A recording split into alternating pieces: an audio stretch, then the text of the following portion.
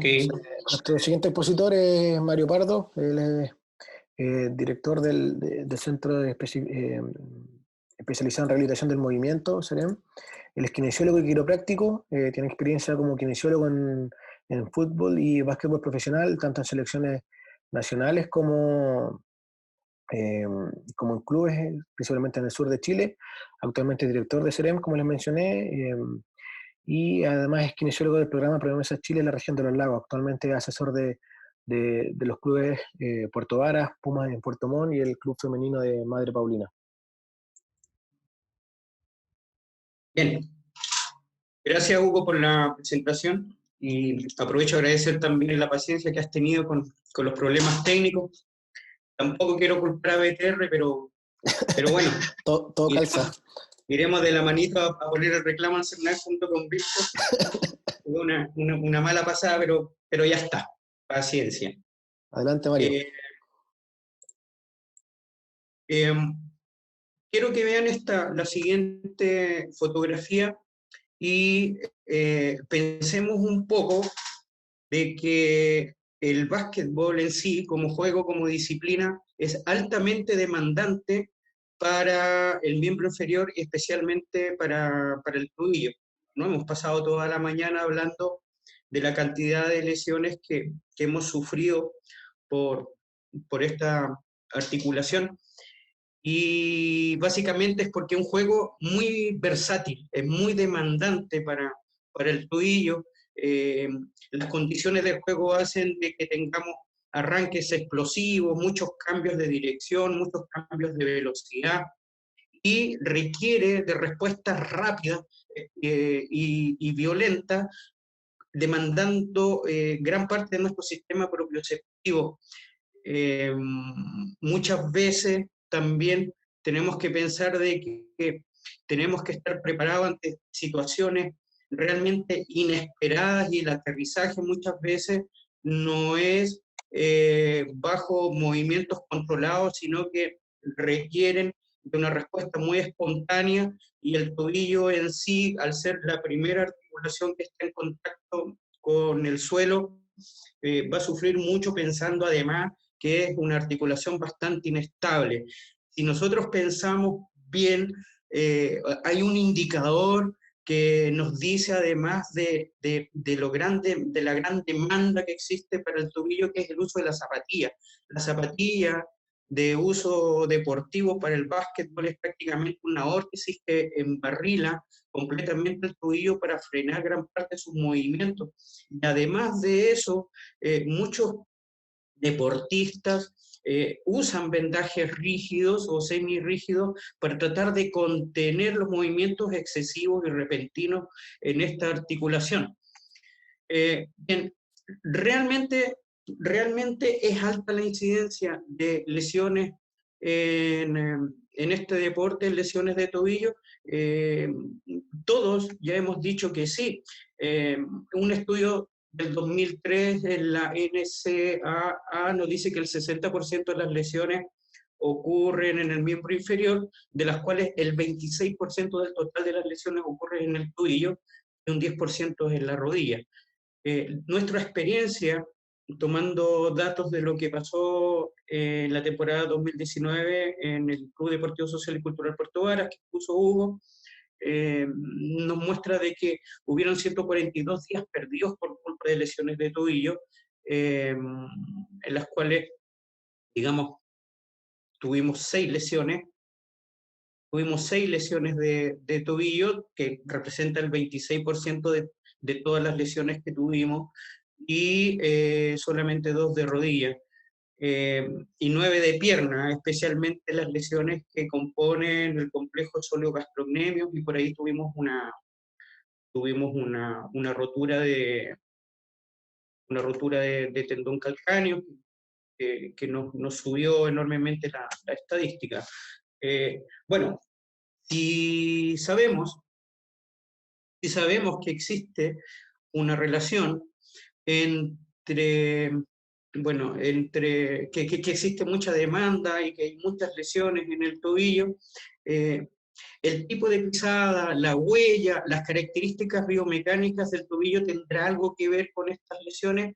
Eh, Nos sumergimos en la web y encontramos 29 estudios acerca de la relación entre el tipo de pie y las características biomecánicas del pie y del tobillo con las lesiones.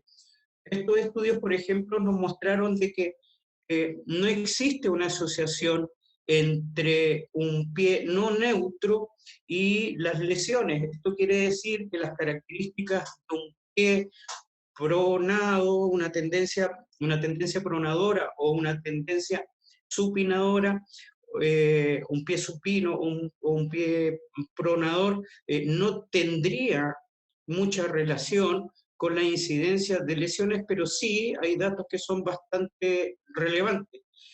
Eh, a su vez, también la supinación y la pronación son factores de riesgo asociados a lesión de miembro inferior. Las diferencias entre un pie con características pronas y un pie con características supinas y la pronación dinámica y la supinación dinámica son cosas totalmente diferentes. Una es la tendencia y la otra es la característica de movilidad y de direccionalidad, de inestabilidad del pie. Bien, lo que sí es relevante en la incidencia de lesiones del tobillo y del pie es la inestabilidad dinámica hacia la hiperpronación o hacia la supinación y no en sí las características estructurales de huella como son un pie pronador o un pie supinador. Después vamos a hablar un poquito más detalladamente sobre esto. Existe una fuerte evidencia de hiperpronación del pie con el síndrome de estrés medial de la tibia, especialmente con el dolor en la cara medial, ya sea estrés de complejo cápsulo ligamentoso medial, incidencia en lesiones del ligamento colateral medial, tendinosis de la pata de ganso, ¿ya? Y no existe una evidencia tan alta, sino que es más bien baja sobre las características del pie con el dolor anterior de rodilla. Bien, Soria, perdón, Soria, el año 2006, presentó un estudio que dice que el pie supinado es mucho más propenso a las lesiones. Ahora, si sabemos que existen muchas lesiones de tobillo y pie y que realmente hay una relación directa entre las características biomecánicas del tobillo y el pie con la incidencia de lesiones, estamos haciéndolo realmente necesario para poder detectar estas anomalías del pie y poder realizar un trabajo direccionado individualmente para poder preparar de mejor manera y presentar a nuestros deportistas ante los requerimientos del deporte. Vamos a ver, yo creo que sí es necesario tener tener un registro de qué es lo que tenemos en nuestros deportistas, cuáles son las características de biomecánica con las cuales nosotros nos vamos a presentar. Realmente saber cómo somos y crear una base de datos para saber cuál va a ser nuestro pie inicial para poder trabajar más adelante y poder recobrar la mecánica normal. Es necesario también conocer cuáles son esas condiciones, si son funcionales, si no son funcionales, para poder recuperarlas. Saber cuáles son los factores anómalos y determinantes los cuales vamos a encontrar en nuestra temporada. Analizar esos hallazgos y poder ligarlos a futuras lesiones y también, obviamente, lo más importante es proponer un sistema de prevención según los resultados individuales, que en el fondo es la característica principal que nos une al cuerpo médico, tratar de detectar estos hallazgos justamente para poder prevenir lesiones futuras. Eh, existen, existen métodos en los cuales nosotros podemos detectar cuáles son estas anomalías biomecánicas y saber cuáles son nuestras características de huella y de pisada. baropodométrico, que es un estudio que es, ya se encuentra en varias partes, por lo menos en nuestro país hay varios centros que tienen la capacidad de poder realizar estos estudios baropodométricos, que está orientado principalmente a conocer cuáles son las características del pie, cuál es su característica estructural, cuál es su tendencia y cuáles son las características biomecánicas y dinámicas para poder trabajar de ahí en adelante. El estudio baropodométrico nosotros lo realizamos en 26 jugadores de básquetbol profesional, ¿ya? Todos eran varones adultos, de edades entre 17 y 46 años, 16 chilenos, 7 argentinos, y el único filtro que tuvimos en realidad era no presentar ninguna lesión actual. O sea, todos con alta médica y alta kinésica para poder realizar el estudio, para que no se sesgue los resultados con algunos casos eh, positivos de lesión o positivos de inestabilidad. Bien, vamos a hablar sobre la estructura, sobre qué fue lo que encontramos. ¿Qué es la estructura? La estructura nos habla sobre si tu pie tiene características cabo o si tiene características de plano. Les mostramos algunas imágenes que son los que nos arroja la baropodometría estática, que nos ayuda a saber cuáles son nuestras características estructurales. La verdad, y los estudios que mencionamos anteriormente, las características estructurales no tendrían tanta relación con la incidencia de lesiones de miembro inferior, ya que se puede encontrar fácilmente pies planos que sean muy estables y así también pies cabos que sean muy inestables. No quiere decir que la altura del arco en sí influya en que sea más estable o menos inestable. La inestabilidad no se mide por las características estructurales del pie, sino más bien por las características biomecánicas, ¿ya? Y las características biomecánicas nosotros las vamos a medir en las, eh, en las baropodometrías dinámicas. Entonces, es necesario para aquellos que realizamos los estudios no guiarse solamente por la baropodometría estática, sino que tiene que ser en conjunto entre la baropodometría estática y la baropodometría dinámica.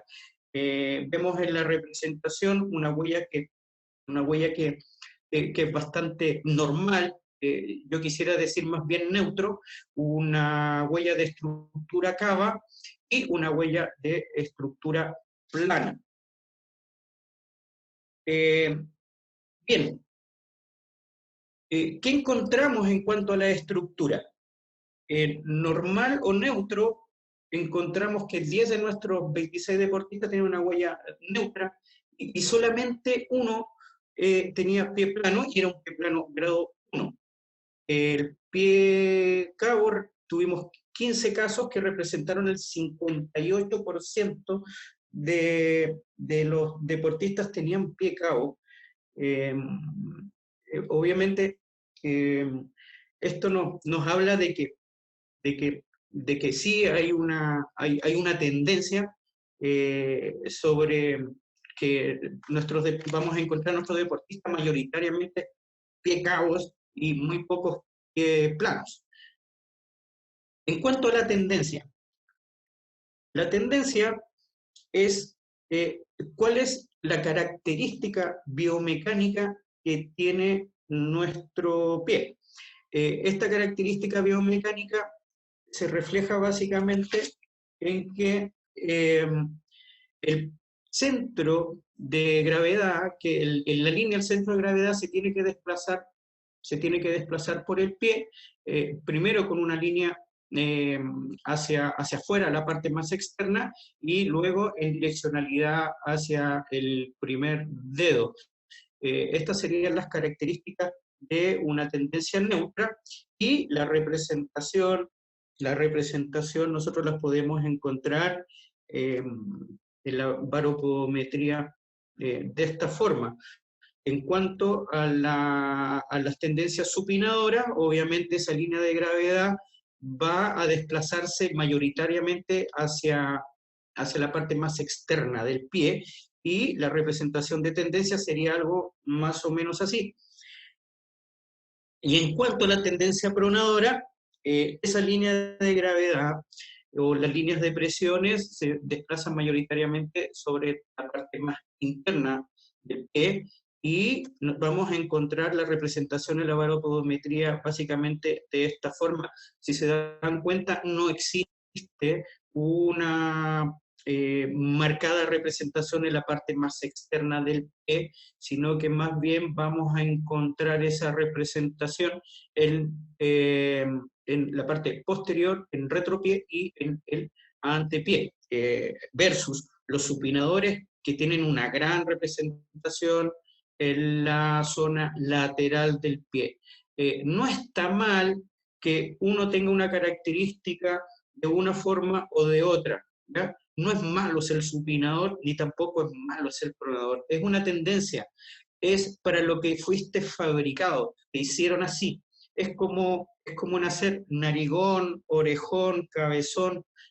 Acá en el sur nosotros usamos mucho la palabra trompudo, te hicieron así, ¿ya? Son tus características estructurales, y estas características obviamente estructurales van a tener una cierta tendencia de movilidad que se tienen que respetar. Bien, entonces a partir de la clasificación de la tendencia, nosotros tenemos que guiar cuál es la característica biomecánica normal para esa tendencia. Bien, hablamos de clasificaciones puras, supinadores, pronadores. Sin embargo, tenemos que pensar que muchas veces, y en muchos casos, vamos a encontrar tendencias mixtas. Acá, por ejemplo, vemos un retropié que es supinado y un antepié que es pronador, con tendencia pronadora. Las tendencias nosotros las vemos en cuanto a los ejes. Un retropié neutro va a tener un eje más vertical, un retropié supinador va a estar abierto hacia afuera, y un retropié pronador va a estar abierto hacia adentro. En cuanto al antepié, el antepié supinador va a ser vertical, un antepié neutro va a tener características oblicuas, y en este caso vemos que el eje del antepié es más horizontal, que es la característica principal de un antepié que es pronador. ¿Cuál es la tendencia en lo que nosotros encontramos en nuestros deportistas evaluados? Mayoritariamente encontramos que nuestros deportistas eran neutros, ¿ya? Sin embargo, la tendencia supinadora era muy alta. El 84% de nuestros deportistas tenían una tendencia supinadora. Eso quiere decir aquellos grupos que eran supinadores totales, que tenían retropié supinador y que tenían un antepié también supinador. Entonces, basta pensar un poquito que ya la tendencia entre neutra y supinadora era muy grande. Los pronadores eran muy pocos. De hecho, no encontramos en nuestro grupo, eso no quiere decir que en otros grupos pueden existir, no encontramos grupos pronadores completos, pronadores puros. No habían. ¿Recuerdan la incidencia de lesiones del estudio que se presentó? Que decía que las tendencias supinadoras tenían una fuerte ligazón con algunas lesiones de tobillo. Bueno, probablemente nos vamos a encontrar en nuestro grupo que hay muchos grupos con tendencia supinadora. ¿Cómo saberlo? Hay que realizar el estudio baropodométrico para poder clasificarlos de alguna u otra forma. Bien, esto es la representación estática para saber si existe sobrecarga en el antepié, si es que existe sobrecarga en un retropié, o si existe sobrecarga lateral. Tenemos la representación total del soporte, en el cual en nuestros dos pies nosotros vamos a soportar el 100% del peso de nuestro cuerpo, ¿ya? El 50% obviamente a cada lado, 50% para el derecho, 50% para el derecho y para el izquierdo, y nos vamos a dar un margen de más o menos 5 para nuestra normalidad. Si tenemos el 50% del peso de nuestro cuerpo en un pie, la tendencia es que un 25% caiga en la zona del antepié y un 25% en la zona del retropié. Esto es para deportistas, corredores y saltadores, ya que esas características hacen de que tengan mayoritariamente más apoyo en la parte anterior. Los valores para una persona que no practique deporte son de un 30% para el retropié y un 20% para el antepié. Pero como nuestros deportistas son corredores y saltadores esencialmente, estos valores cambian y son de 25 para ante y de 25 para retro. Hay otras características que nosotros podríamos analizar en una huella de una baropodometría estática, sin embargo la dejamos de lado para no hacer tan larga la presentación. ¿Sí? Son los puntos, por ejemplo, los puntos de máxima presión. Los puntos de máxima presión tienen que caer siempre en el retropié, no tienen que caer en el antepié. Y los barocentros tienen que estar alineados y equidistantes. ¿Ok?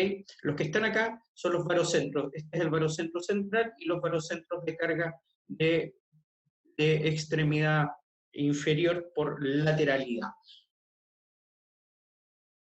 Bien, encontramos algunas cositas en la baropodometría estática que nos hizo pensar bastante. El 50% de los evaluados tuvieron alguna alteración por sobrecarga. Y la sobrecarga que mayoritariamente encontramos es la sobrecarga sobre la parte anterior, o sea, la sobrecarga sobre la parte anterior en los dos pies.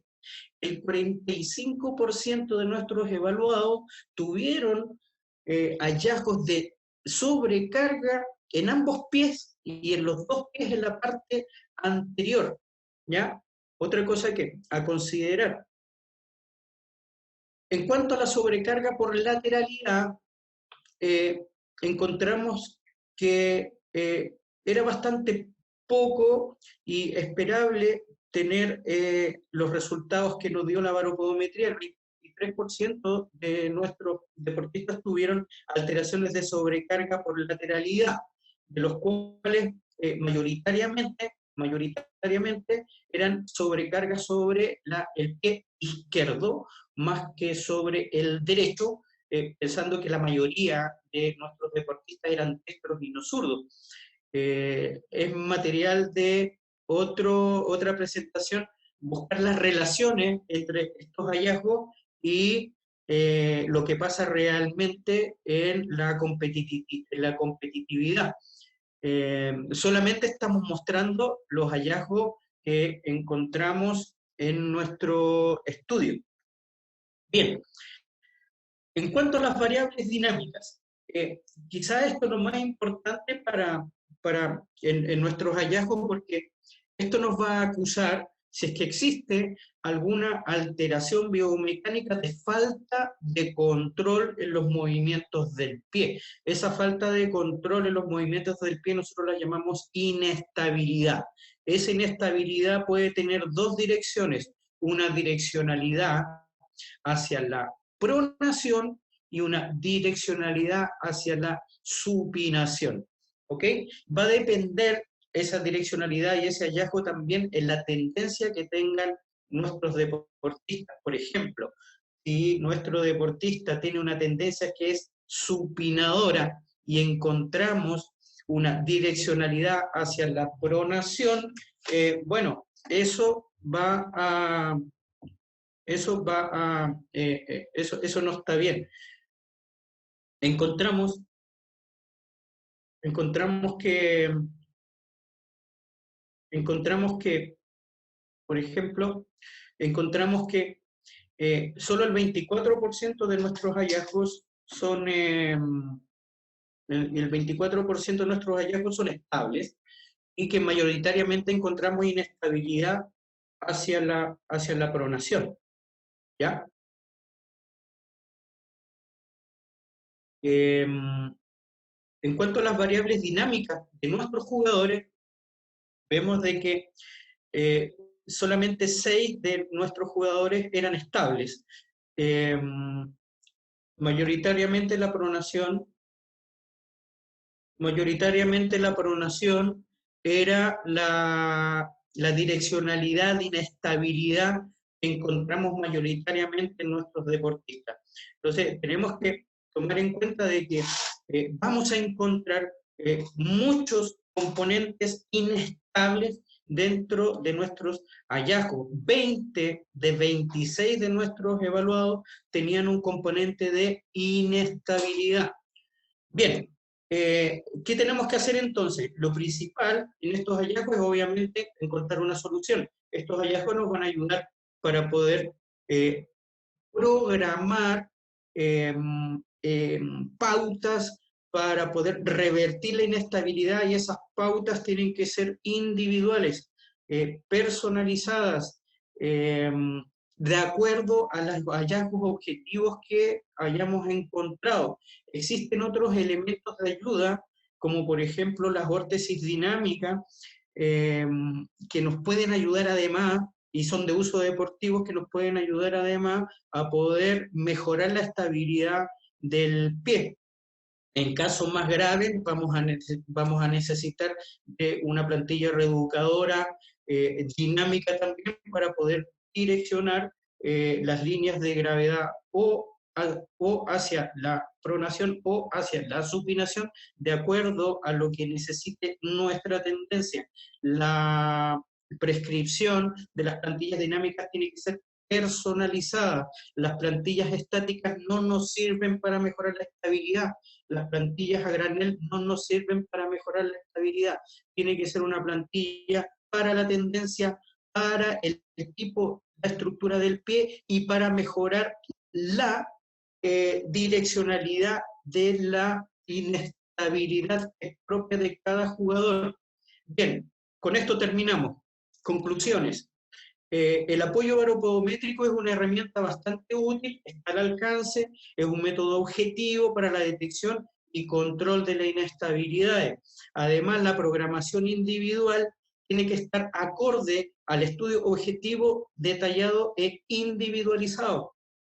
Las alteraciones por sobrecarga existen y las vamos a encontrar en la mitad de nuestros deportistas, alteraciones por sobrecarga en el pie.